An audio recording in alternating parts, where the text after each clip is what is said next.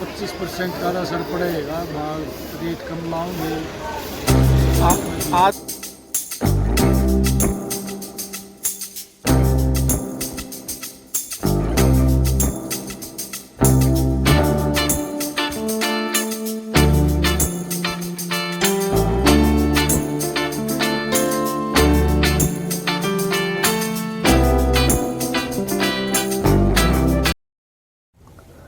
कृषि Kesari YouTube channel पर सभी किसान भाइयों का स्वागत है।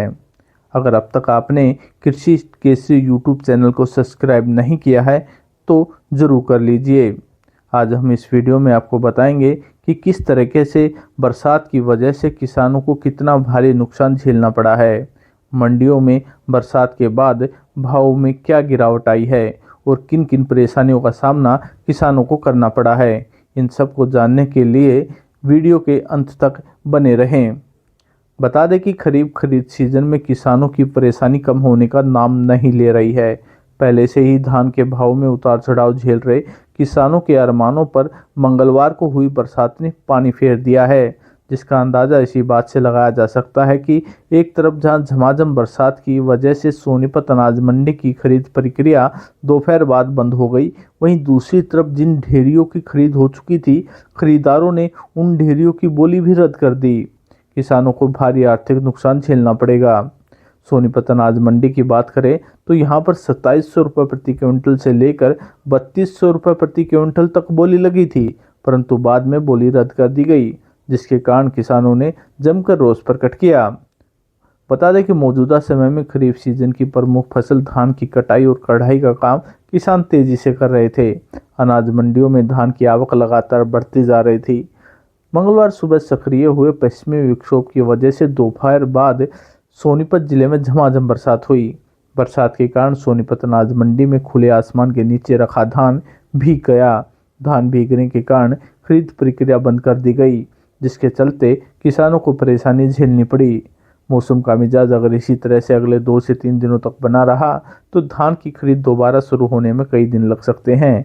यही नहीं, धान के भाव में भी गिरावट आएगी। सोनीपत अनाज मंडी में किसानों को एक और बड़ी परेशानी का सामना करना पड़ा।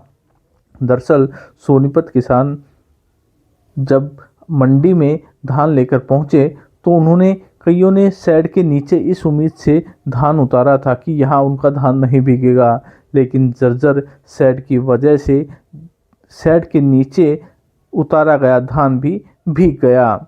सोनीपत अनाज मंडी में लगभग 20,000 क्विंटल धान मंगलवार को मौजूद था। इसमें से अधिकतर धान खुले आसमान के नीचे ही बरसात में भीगता रहा।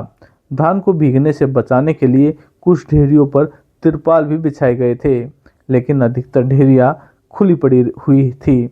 बरसात से पहले जो ढेरियां बिक गई थी उनकी भराई भी नहीं हो पाई।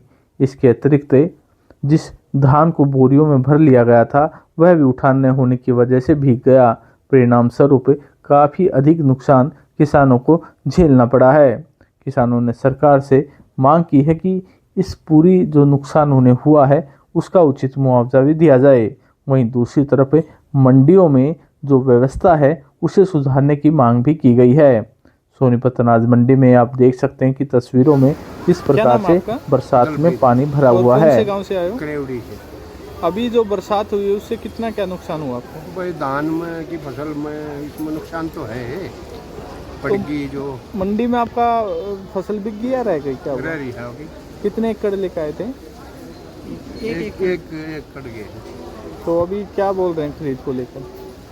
भाई अभी नहीं भरीजा गया, कैंसिल कर दी, बोली हो रही थी, बिक रही थी 3200 बिक रहा था। अच्छा, कैंसिल कर दी।